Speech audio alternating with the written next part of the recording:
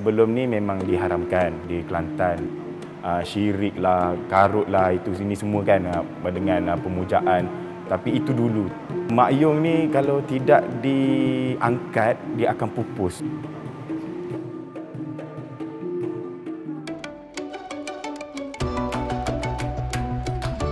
Nama saya Abdul Muhamminin bin Abdullah, berkecimpung dalam persembahan tradisional Mak Yong ni.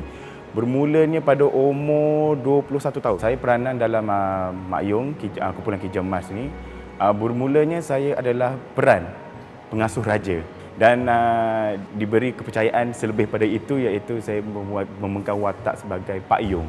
Dia bezanya kebanyakan kalau daripada selatan Thai kebanyakan dia punya bahasa dia dialek dia.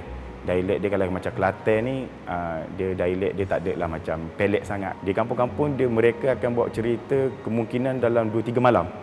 Tapi kalau kita nak buat persembahan pentas, kita boleh pendekkan untuk membawa dalam 1 jam 45 minit. Sebelum ni memang diharamkan di Kelantan, tapi setelah dibagi nafas baru, Mak Yong boleh dipermainkan, boleh dipersembahkan di pentas. Dia ikut atas persembahan, atas cerita yang kita bawa. Contohnya kalau cerita tu saya ambil dalam cerita yang patuh syariah. Contohnya adalah Raja Mahagading. Raja Mahagading mempunyai anak raja putera, mempunyai 6 orang. Kena melibatkan dalam 20 peserta untuk menjayakan persembahan tersebut. Dia boleh olah. Saya rasa amat berbanggalah sebabnya Mak Yong ni kalau tidak diangkat, dia akan pupus. Dan kebanyakan anak-anak muda, generasi macam saya ni, kemungkinan tidak tahu apa itu Mak Yong. Bagi saya memang rugi kalau anak-anak muda, generasi muda seperti saya tidak mengambil peluang untuk belajar Mak Yong dan mempersembahkan. Sebab kita adalah rakyat Kelantan. Rugilah kalau kita tidak ambil benda tu. Mak Yong sebenarnya wujud di negeri Kelantan lebih kurang 400 tahun yang lampau.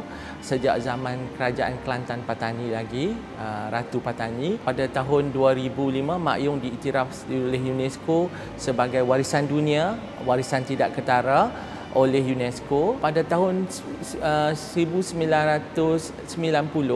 Mak Yong diharamkan di negeri Kelantan, makna tidak dibenarkan dipersembahkan di negeri Kelantan kerana dipercayai mempunyai unsur-unsur elemen khurafat dan juga bertentangan dengan ajaran Islam dan juga melibatkan percampuran lelaki dan perempuan. Namun pada tahun 2020, Mak Yong kembali dibenarkan dipersembahkan kepada khalayak secara terbuka di Kelantan dengan syarat mematuhi enactment hiburan Kelantan yakni patuh syariah. Perbezaannya di sini apabila dia dipatuh syariahkan, dia tidak boleh melibatkan wanita dalam persembahan di Kelantan dan juga tidak boleh melibatkan acara-acara elemen ritual ataupun unsur-unsur khurafat dalam persembahan.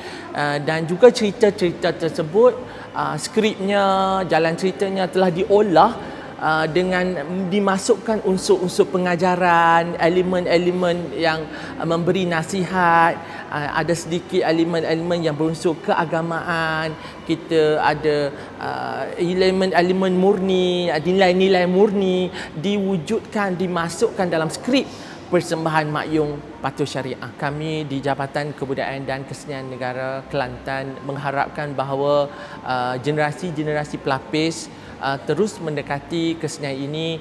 Jangan ada stigma yang negatif yang menyatakan bahawa kesenian-kesenian tradisional ini ada elemen-elemen khurafat ataupun elemen-elemen negatif, elemen yang bertentangan Islam. Sebenarnya budaya seni itu mendidik kita sendiri untuk menjadi seorang yang lebih, orang kata, berkeyakinan diri dan juga mendisiplinkan diri kita dan mengenal diri dan jati diri kita. Inilah cerita kita. Ayolah.